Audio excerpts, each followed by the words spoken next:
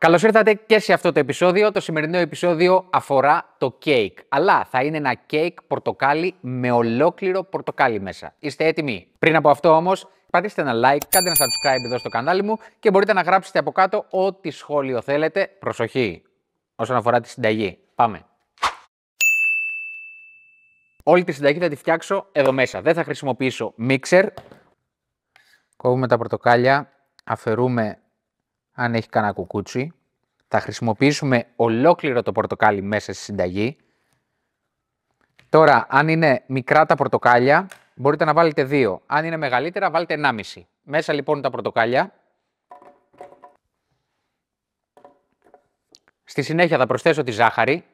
Ζάχαρη μπορείτε να βάλετε λιγότερη, μπορείτε να βάλετε περισσότερη, ό,τι θέλετε εσείς. Αλλά αυτή είναι μια σωστή αναλογία για να είναι τόσο όσο.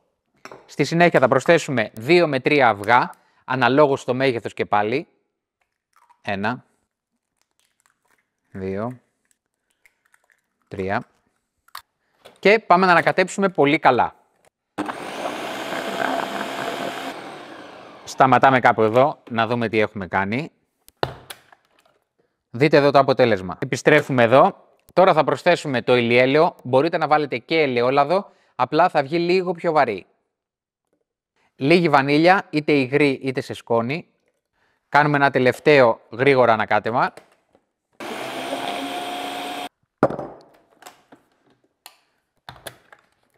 Και ό,τι γεύση έχει το πορτοκάλι, που θεωρητικά εξωτερικά είναι η γεύση του, θα είναι τώρα μέσα στο κέικ. Ρίχνουμε λοιπόν όλο το μείγμα μέσα σε ένα μπολ.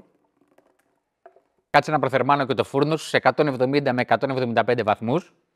Και έχουμε εδώ το μπολ με το υγρό που φτιάξαμε και το αλεύρι μας. Αν βάλετε αλεύρι για όλες τις χρήσεις, προσθέστε και μία κουταλιά της σούπας, μεγάλη γενναία ποσότητα, baking powder. Αλλιώς μπορείτε να βάλετε αλεύρι που φουσκώνει μόνο του και απλά μία κουταλίτσα του γλυκού baking powder.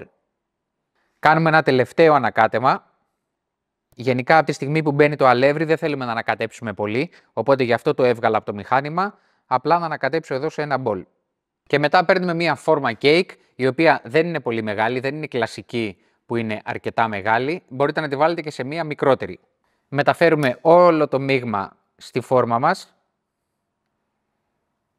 και πάμε για ψήσιμο στους 170 βαθμούς για περίπου 45 λεπτάκια, 40 με 50 λεπτά, ανάλογα στο φούρνο, στον αέρα. Και όσο ψήνω, μπορείς να πατήσεις ένα subscribe εδώ στο κανάλι μου στο YouTube για να δεις όλες τις σειρές με τα βίντεο που έχω.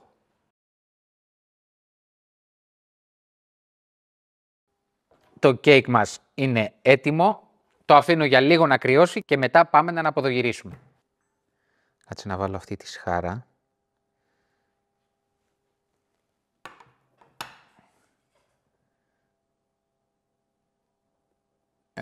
Έλα. Και αφού έχει κρυώσει λοιπόν καλά, πω δες εδώ, είναι αφρός. Πάμε να σερβίρουμε. Σε μία πιατέλα, το βάλω εδώ πάνω. Εν τω μεταξύ είναι ένα κέικ το οποίο είναι τόσο αφράτο, είναι για οποιαδήποτε στιγμή της ημέρας, είτε το πρωί που θα ξυπνήσεις, είτε να το πάρεις για σνακ, είτε να το δώσεις στο παιδάκι σου στο σχολείο, είναι ό,τι καλύτερο. Έχω φτιάξει ένα γλάσο εδώ πέρα με ζάχαρη άχνη, απλά ζάχαρη άχνη και λίγο γάλα ή νερό για να το φέρω σε αυτό το σημείο όπως είναι. Ξέρεις, με αυτό το γλάσο παίρνει μια έξτρα γλυκάδα, ξύσμα πορτοκάλι. Και δες εδώ λοιπόν πόσο εύκολα μπορείς να έχεις ένα κέικ πορτοκαλιού γεμάτο σε γεύση πορτοκάλι τόσο γρήγορα. Η προετοιμασία ήταν max 6-7 λεπτά, το ψήσιμο 40 λεπτά και έχεις αυτό εδώ το αποτέλεσμα. Πάμε να κόψουμε. Ήρθε η ώρα να δοκιμάσω. Κάτσε να κόψω από εδώ, από τη γωνία. Εν τω μεταξύ θέλω να δείτε πόσο αφρός είναι. Κοίτα εδώ.